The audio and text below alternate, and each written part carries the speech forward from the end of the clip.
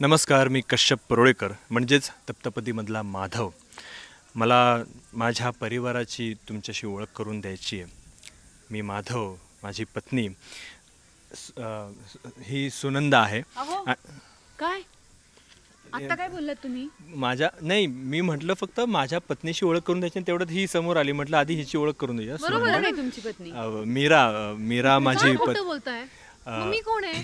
नाही, तू सुनंदा आहेस, पण ही मीरा आहे. आणि माझं हिच्याशी आधी लग्न झालंय ना, तर नंतर तिच्याशी केलं? नाही तसं नाही. म्हणजे कसं आहे की अरे ही इथेच होती, तर मी म्हटलं सुनंदा तुझी ओळख करून बोलताय तुम्ही. असं काय खरं बोलतायत? मग ते काय खरं बोलायला? थांब तू कोण ग? काय हे काय इशारा काय करते? तिला माहित नाहीये? नाही अगं, आपल्या दुर्वा काकू नाही का, त्यांची पुतणी ही. ते मला माहितीये, घरी आल्याचं पाहिलंय मी तिला. पण पत्नी तू काय म्हणतेस? कधी लग्न केलं त्यांनी तुझ्याशी? तुला का सांगू? का सांगू म्हणजे मी त्यांची पत्नी आहे. मी त्यांची पत्नी आहे. अगं मी आहे, मी त्यांची पत्नी आहे. हे असंच चालतं नेहमी. तर माझा तुमच्यावर विश्वास होता. नाही, पण माझा आहे तुझ्यावर. काकू कुठून आली? काकूला आठवण आली मला. काकू पाहिजे. नाही, तेच म्हणजे हा माझा परिवार आहे संपूर्ण. म्हणजे ही मीरा माझी पत्नी. आणि आताच्या पिढीसमोर तुम्ही हा आदर्श ठेवताय. स्वातंत्र्यपूर्व काळातला चित्रपट आहे आपला. आणि हा माझा परिवार, हा माझा परिवार. मी काही बोललोच नाही, मी फक्त ओळख करून देतो. प्रतिबंधक कायदा आलेला आहे. हो, मान्य आहे मला. तुम्ही स्वातंत्र्यपूर्व काळात असाल. मी कायद्याचा तो कायदा नाहीये. मी कुठे उल्लंघन करतो? कोण ही का मी ते आधी ठरवा. अरे तू माझी पत्नी दिसतंय का? ठसठशीत डोळ्याला दिसतंय का? मी मॉडर्न डोळ्यांना दिसतंय का? हे जे आहे ना, हे आताचा चित्रपट आहे का? हा जुन्या काळातला चित्रपट आहे. मी मॉडर्नच्या बायकांना तेव्हा सुद्धा मॉडर्न होते. ऐक ना, मंगळसूत्र तू वाद कंपल्सरी होतं. म्हणजे कंपल्सरी नाही. हो म्हण ना. हो म्हणायला काय जातं? कंपल्सरीला मराठीत काय म्हणतात? कंपल्सरी म्हणजे महत्वाचं होतं. हसताय काय? नाही, हे मीच आहे. थांब ना जरा, ऐकून तरी. हा मीच आहे. हे मंगळसूत्र. हा कोण आहे? तो छोटा आहे. हा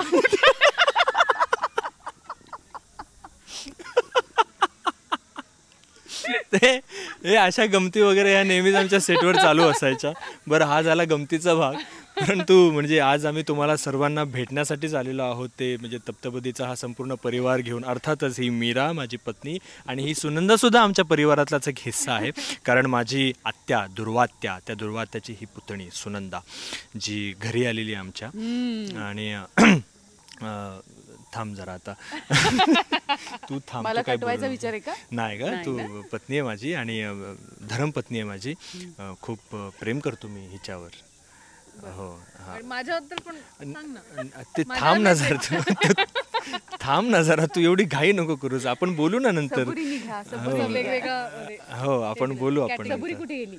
सबुरी गेली. तर आता तू सांग काय आपल्या. हा आमचा चित्रपट नाही आहे. हे आत्ताच्या काळात आलाय ना, तर ह्याचं डोकं फिरलंय. हे आमचे हे आधी असे नव्हते हो. फारच त्यांचं माझ्यावर प्रेम होतं आणि अत्यंत एकनिष्ठ होते. आता नाही, आता 2014 आलात तुम्ही अचानक स्वातंत्र्यपूर्व काळात. अहो, रवींद्रनाथ टागोरांनी लिहिलं तुम्हाला. तुला व्हॉट्सअप करतो. व्हॉट्सअप रवींद्रनाथ टागोरांनी लिहिलंय अहो तुम्हाला. हा, आणि तुम्ही असे वागता. हा असा नव्हता, पण आता पण चित्रपटात हे असे नाही. तो जाऊ द्या, तुम्ही दुर्लक्ष करा. पहिलाच चित्रपट आहे ना. चित्रपटामध्ये हे माझे पती आहेत आणि ही आमच्या घरी आलेली आहे सुनंदा टवळी. तिला मी नंतर बघ लाडात आमच्या टवळीमध्ये प्रेम होतं. आणि तुम्हाला कळलंच असेल एव्हाना, लग्नानंतरची प्रेम कहाणी आहे. दिसतंय ना ठसठशीत. हां, लग्नानंतरची प्रेम कहाणी आहे ही. आणि खूप सुंदर प्रेम कहाणी आहे. म्हणजे अशा देखण्या सगळ्या नवऱ्यांना भुलवणाऱ्या खूप जणी भेटतात अशा, पण ही नाही तशी. खरंच नाही आहे तशी. म्हणजे किती माझं मन मोठं आहे बघा, की मी किती मोठ्या मनाने तिचा स्वीकार करते आणि विचार करते तिचा. तर मीरा पण अशीच. मी अशीच आहे. मी वीणा पण मी अशीच आहे. मोठ्या मनाने विचार करते सगळ्या जणींचा. पण मला सांग, फिल्म मध्ये तू अशा सगळ्या ड्रास्टिक स्टेप्स का घेते? दिवे फोडणं, काचा लावून घेणं वगैरे, असं का तुला सुचतं? लग्न झालंय ना तुझं? लग्न होतं की नाही नंतर? मग बघ काचा कशा फोडल्या जातात त्या. होऊ देणार तू, नको काळजी करू. आणि तुम्ही काय करणार तिचं लग्न झालं आणि मी म्हणजे तिला भाग तुझे पाडले. हे काचा फोडणार आहेत का? पण तू काचा फोडणं वगैरे मी नव्हतं हिला भाग पाडलेलं. नाही, ते माझं मीच केलं. तेच कारण ना, म्हणजे कसं सुचलं तुला काहीतरी करणं. सचिन दिग्दर्शक कुठे आहेत? अगं त्यांनी अक्षरशः मला अशा त्या रचल्या काचा शूटिंगला. मला म्हणाला बस तुला बोलवतो आणि मग मी जेव्हा गेले तर ते ऑलरेडी मेकअप दादानी असं लावून मेकअप केला माझ्या आणि अशी व्यवस्थित जागा सोडलेली आणि मग इथे झोप आणि सचिननी झोपून दाखवलं मला उपडं असं एक पाय असा वाकडं करून आणि मी प्रॉपर तिथे झोपले अशी. मग कोणीतरी आपल्या भारतीताईंनी माझी साडी वेडी वाकडी केली आणि तो मेकअप आत गेलेला, मग असं तोंड फिरवलं आणि अजून जास्त रक्त दाखवलं आणि असा एक झोपून असा एक शॉट दिला. सो सगळा प्लॅन पण हे होता तो. करेक्ट बोललीस, असे अवघड सीन्स किंवा अवघड गोष्टींना आधी दिग्दर्शकाला करायला सांगायचं आणि मग स्वतः करायचं. हो पण तुझ्या लक्षात असेल की जेव्हा मीराला असं लागलं तेव्हा माधवची काय अवस्था झाली होती. हो मी ते लिहिलेलं ना लेख. की असं रिॲक्ट करायचं.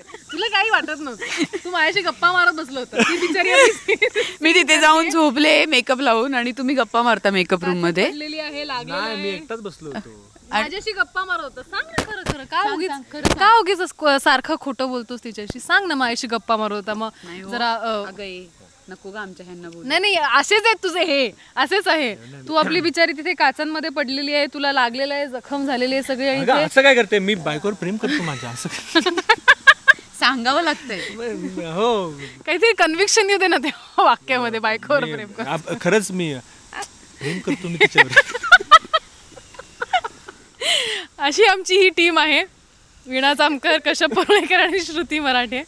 आणि असे भरपूर गमती जमती आम्ही सेटवर करायचो आणि अजूनही करतो. भेटल्यानंतर पहिली आमची मस्ती सुरू होते, मग कामाकडे लक्ष जातं. पण दॅट इज हाव तप्तपदीची टीम इज. पण आपण आता मस्करी केली, पण खरोखर जेव्हा असं कोणाच्या तरी आयुष्यात होतं ना तेव्हा ते सगळंच पेनफुल असतं ना प्रत्येकासाठीच. म्हणजे ज्या दोघांच्या आयुष्यात एक तिसरी स्त्री येते तिच्यासाठीही ते पेनफुलच असणार. नाही पेनफुल म्हणजे सगळ्यांसाठीच असतं. म्हणजे एक तो काहीतरी क्षणिक आनंद असतो जो कदाचित कुठल्या पुरुषाला वाटत असावा आणि म्हणून तो काही निर्णय घेतो. स्त्रीला सुद्धा असं काही नाही की बरोबर. म्हणजे ती जी स्त्री जी त्यांच्या आयुष्यात आलेली तिला काही क्षणिक सुख असेल किंवा या पुरुषाला जे काही क्षणिक सुखासाठी दोघे जण एकत्र आले असतील, पण नंतर जाऊन त्याची मातीच होणार असते. आणि हे अर्थातच ह्याला बरेचसे म्हणजे आतापर्यंत बऱ्याचशा गोष्टी घडत आलेल्या आहेत, बरेचसे इतिहास ह्याला पुरावा आहेच.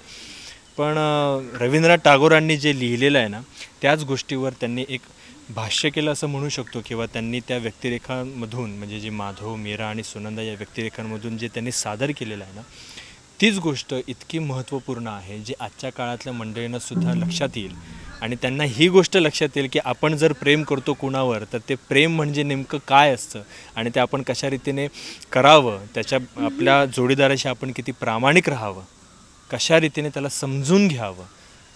तर ह्या सर्व गोष्टी तुम्हाला हा सिनेमा पाहिल्यानंतर लक्षात येणार आहेत. दोन भाग वाटतात वर. एकीकडे की एकतर जिथे प्रेम आहे तिथे पोझिशन आहे.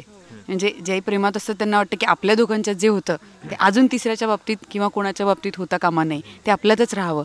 आणि दुसरीकडे त्या पण कवितेच्या ओळी आठवतात किंवा त्या गाण्याच्या की सिर्फ एहसास है ये रूह से महसूस करो, हाथ से छू के इसे रिश्तों का इल्जाम ना दो. म्हणजे काही वेळेला कुठे ती समज पूर्वी आपण जसं म्हणतो की पूर्वी एका नवऱ्याला दोन पत्नी असायच्या किंवा आताही कधी कधी उदाहरणं अशी पाहायला मिळतात की ते तिघंही सुखात नांदतायत. अशी एक वेगळी आणि रूढार्थाने आपल्या प्रत्येकाच्या एकूण म्हणजे मॅरेज सिस्टीमला, विवाहाला एक फाटा देणारी अशी नातीसुद्धा असतात, दुर्मिळ असतात. पण ती आपल्याला चक्रावून पण टाकतात, विचार करायलाही लावतात. आणि त्या माणसांमध्ये किती असतील दोनापेक्षा जास्त, त्यांच्यात एक वेगळं अंडरस्टँडिंग पण असतं. म्हणजे कधी कधी नेहमी नाही पण कधी कधी मला तो जो एक रिलेशनशिप स्टेटस आहे ना तो पण असं विचार करायला भाग पाडतो किंवा सुन्न करतो की हे काय पद्धतीचं नातं असेल किंवा त्या लोकांमध्ये ती काय समज असेल. एका नवऱ्याला जेव्हा दोन पत्नी असतात आणि त्या एकत्र नांदतात, पेनफुल आहेच. म्हणजे असं नाही की म्हणजे आपल्या चित्रपटात जशी मीरा म्हणते की नकोय मला अशी सोबतीण जिच्याबरोबर मला माझा नवरा वाटून घ्यावा लागेल, किंवा जेव्हा सुनंदा म्हणते की मला मीराताईंचा संसार नाही उद्ध्वस्त करायचा, हेही समज आहे. पण त्याही व्यतिरिक्त जेव्हा अशी नाती झाली आहेत जगावेगळी तर संभ्रमात पाडतं. आपलं चित्रपट एका नात्यावर भाष्य करतो, पण अशीही नाती आहेत ना ज्यांनी मला असं होतं की कसं असेल हे, आपण पुढचा सिनेमा तसा करूया तिघांनी. चालेल. It will be continued. Same star cast, same direction, सगळं सेम. 2014 सालातला तप्तपदीच्या एंडला पण टू बी कंटिन्यूड असं लिहूया. तिघे एकत्र नांदायला लागले. पण आता तरी आमची स्वातंत्र्यपूर्व काळातली प्रेम कहाणीच तुम्हाला हा मी बोलले काय तुम्ही बोलात काय एकच हो. अरे देवा. म्हणजे पण आवाज ऐकू गेला पाहिजे ना, आपल्या मनातल्या मनातच बोललं. आत्ता आमची अशी सुंदर सुंदर कपड्यातली भरजरी साड्यांमधली छान छान दागिन्यांची मोठ्या मोठ्या सुंदर सेट्सची आणि आमच्या सगळ्याच डिपार्टमेंटनी इतकं सुंदर इतकी मेहनत घेऊन सिनेमा केला आहे. तर ही जुन्या काळातली आणि एका प्रकारची प्रेम कहाणी तुम्ही नक्की बघा, जी खूप खरी आहे, खूप जास्त खरी आहे आणि खूप जास्त लोकांना ही भावते आणि पटते. तर तुमच्या सगळ्यांसाठी आम्ही वेगळ्या विचारांचे असलो आणि वेगळा विचार करत असलो तरी ही प्रेम कहाणी घेऊन आलो आहे. तर नक्की पहा, नक्की पहा. हो अर्थातच, तू सांगितलं तेच, आवर्जून पहा. 28 मार्चला चित्रपट रिलीज झालेला आहे आणि तप्तपदी आमचा हा चित्रपट जवळच्या थिएटरमध्ये जाऊन नक्की बघा. तप्तपदी. आणि कोण कोणाची पत्नी चला या. सांग.